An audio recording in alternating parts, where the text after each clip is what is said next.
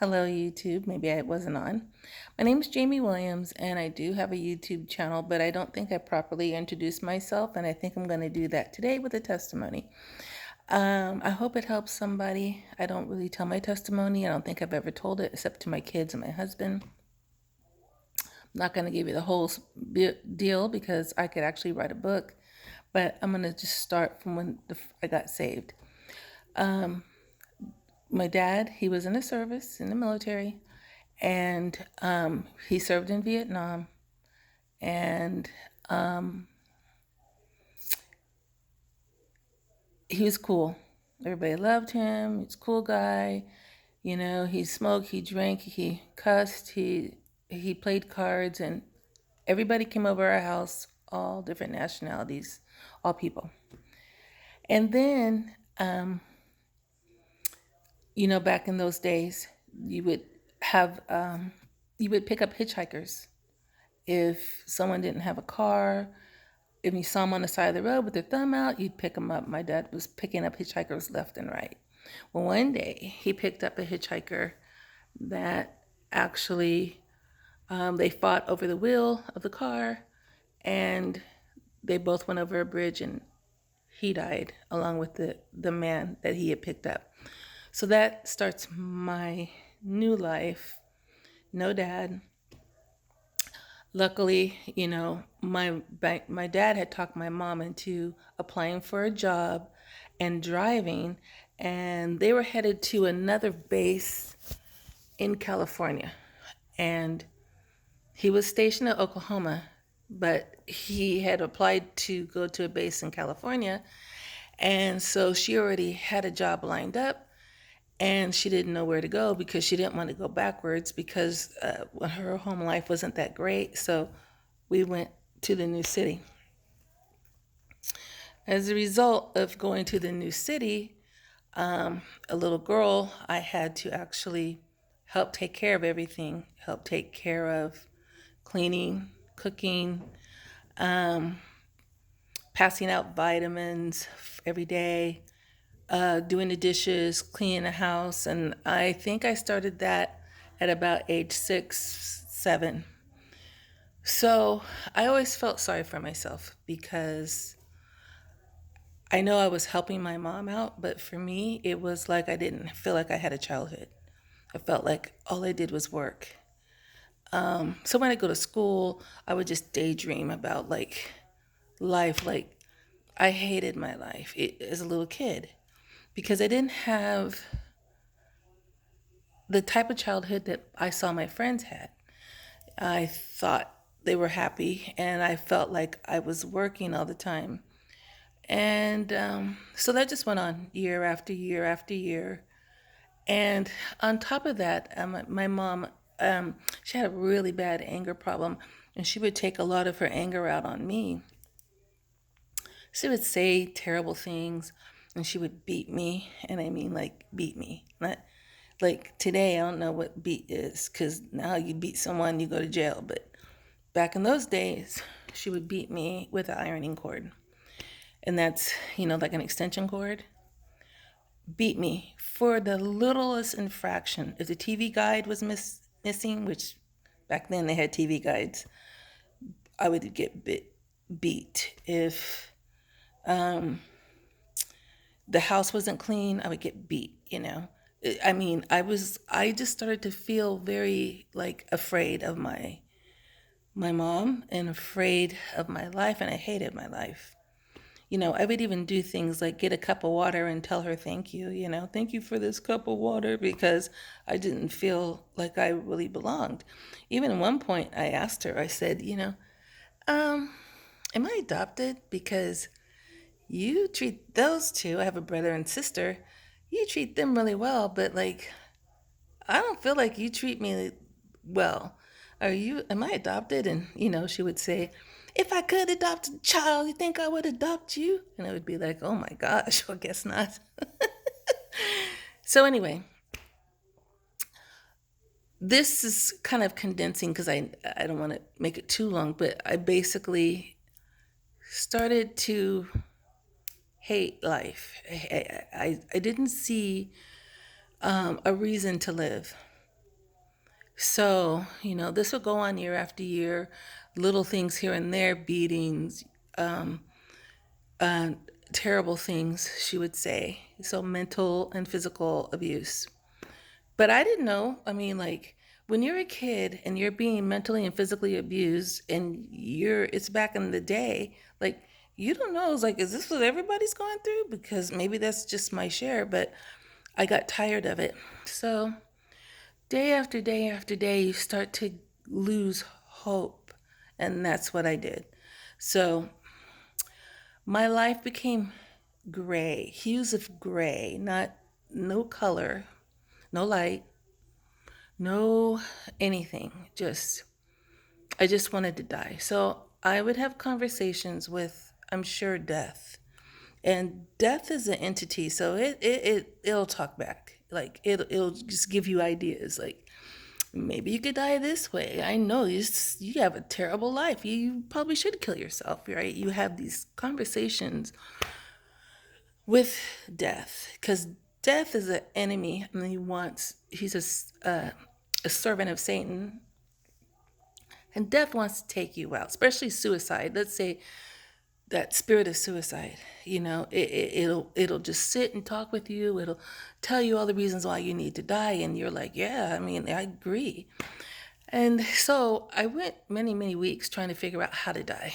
Like, how do you do it when you're a preteen and you don't have a gun and you don't have a knife? And if you do have a knife, you're going to mess yourself up. You don't want to hang yourself because what if you're a vegetable and then you'll just be laying up in a hospital bed.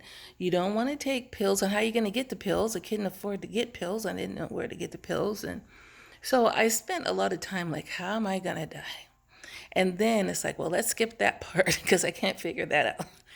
Okay, well, let's write the note because you see it on TV, when someone dies, they write a note. And I really wanted to write that note, like, to make them feel sorry that I killed myself because of how I was treated, and knowing that they would feel sorry because I did all the cooking, I did all the cleaning, I did all the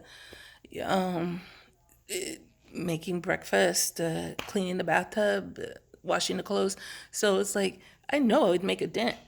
And I wanted to secretly make that dent. Like, yes, I'm going to make that dent. So as I'm thinking, how I'm going to I'm writing down, thinking of ways to write down, things to write down so that they know that I died and I killed myself because of you, I one day just detached myself from everything living. I went across the street from where I lived, sat on the curb, and looked at my house and was just like, you don't live here anymore. You're gonna die. All this talk because death and life is in the power of the tongue, and I was definitely speaking death. And then I think this was really not the first time that God has spoke to me. And I'm calling him God because back then that's how I knew him. I know him today as Yahuwah, but back then, of course, I didn't know that. So I'm going to say God so that's, I'm just going to bring it down. So I remember sitting across and just thinking about death and words and ways to die. And all of a sudden, I saw something out of the corner of my eye, and it was like a flash of color. And so I lived in a hick town, like literal hick. There was nothing that happened in that town. I mean, people had their bellies out and their butt crack. I mean, it was a hick town. I was like, Lord, I'm going to die. I don't want to live here. So I see this color and I look and I see all these hot air balloons, which I'd never seen a hot air balloon before. And they were full of color. The blues, the yellows, the pinks, the reds, the mixture of colors, and they're flying over where I could see them. And I was sitting down and they're just flying over. And that was the first time I thought to myself, maybe I shouldn't kill myself. Like, there's actually life. Like I see that everything else went gray. The grass went gray, the trees went gray, it was the color of the pavement, everything was gray. My house was gray, but then when I saw the light, it wasn't gray anymore. So I didn't get saved, but I decided not to kill myself. And, but I still had, an angry mom and abusive mom. And I was tired. And I had a good friend at the time. We're acquaintances now, but at the time we were best friends. And it was a guy, and he talked me into running away. We weren't dating, but I wanted to run away. I wanted to be somebody. I wanted to be famous. I wanted to have a life. And he was going to run away to New York because he had an uncle that lived there, and I was going to run away too. And I didn't have a way to support myself, and I didn't care. Like, I knew in the back of my mind it was probably going to be me doing something that I would regret, like prostituting myself or being a call girl or doing whatever. I would have done anything to get out of my town. So I packed my bags, and we talked about this. We would just stay up all night talking about, oh, we can't wait till we leave. We're gonna go to New York, and I kept that a secret. Like I had whatever clothes I had, and whatever way we were gonna make money. And he had a little money because his parents were rich, and he had a little bit of money, and I didn't have any. But I was gonna go, and I remember we were gonna take the Greyhound to go to New York, and then his uncle was going to find us and pick us up.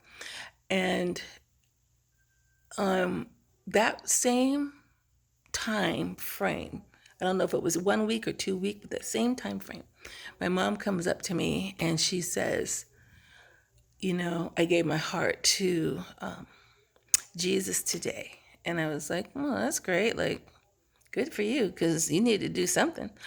And she said, I want to ask your forgiveness for how I treated you as a child. I ask your forgiveness. I was floored. She never asked my forgiveness for nothing. I mean, literally, she beat me. She called me names. She broke my skin. I mean, she she said I was gonna be nothing and nobody. Like, who says that to your kid? But my mom did. So I was like, anybody who can make you apologize, I'm interested. Now, I always knew about God, but I didn't serve Him. And so she asked me to go to church, and I did. I said, of course, I'm a minor, so really she asked me, but she was going to take me to church. So I went to church, but I sat toward the back while she sat, up close. And the church, when they were giving an altar call, they would people would get up for the altar call. That's back when they used to do it. I don't even know if they do altar calls anymore in church. And every time somebody would get up, I would just laugh, and I would think to myself, oh yeah, you need to go to the altar. Look at you, you're ugly. Or I would say, oh yeah, you need to go to the altar. Wonder what kind of sinner you are. And I would say all these things in my head, like, I don't need to get saved. I haven't done nothing wrong. I'm not a bad person. I'm a good person. I haven't even lived my life. How could I be a bad person? So I was making fun of people, and then I had an experience. And the experience was I was sitting in the pew, but somehow my soul or another part of me was in a dark place all by myself. So I was in this dark place. There was no light. There was barely any wind. I was afraid. Like there was nothing that I knew of the earth.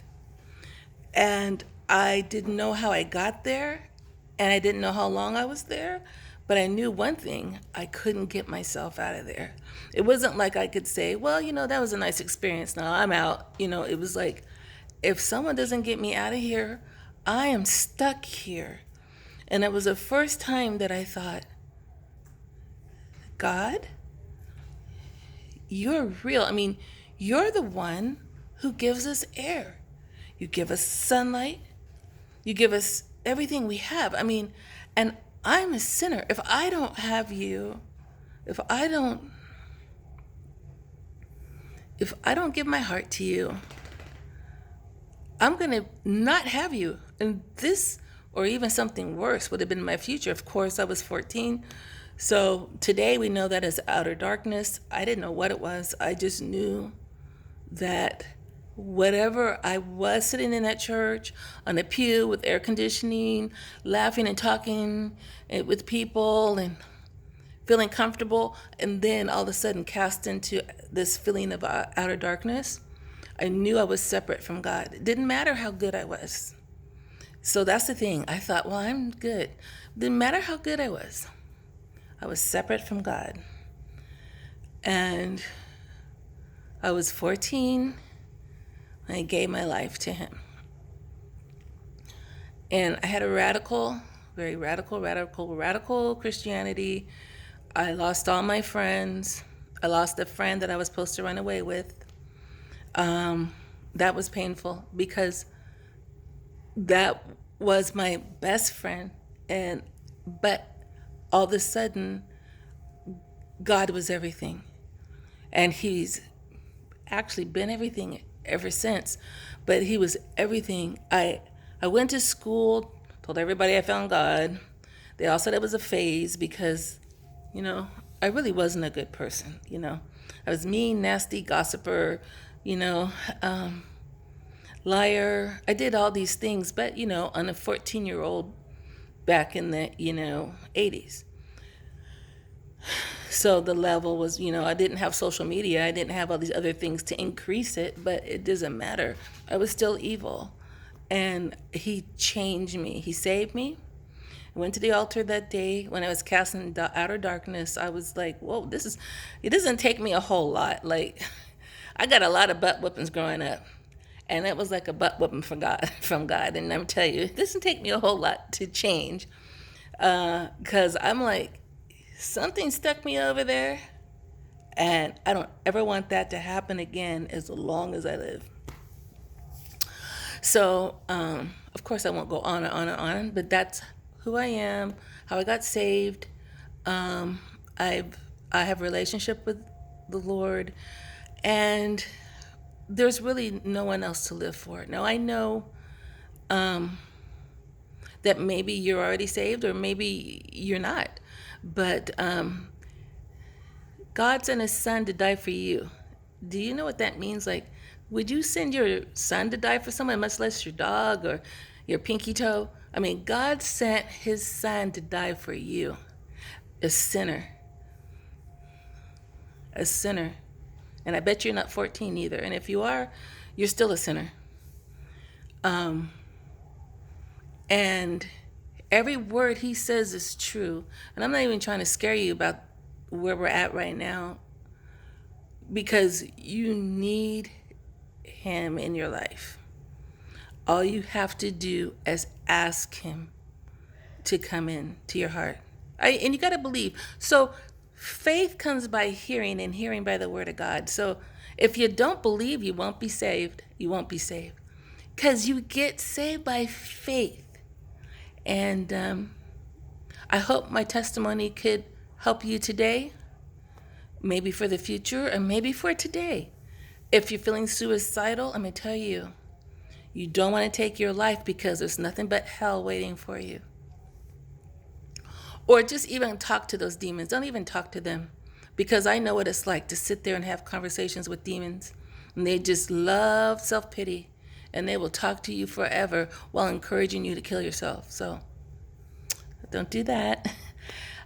So I want to say I want to tell you my testimony before I do anything else or say anything else, because I have a lot to say if I'm able to say it. I've been going through a lot right now. I've been tired and not feeling well, but I'm here to tell you that, well, now I'm going to go here, that Yahuwah is the only way, and so is Yahusha, who is his son.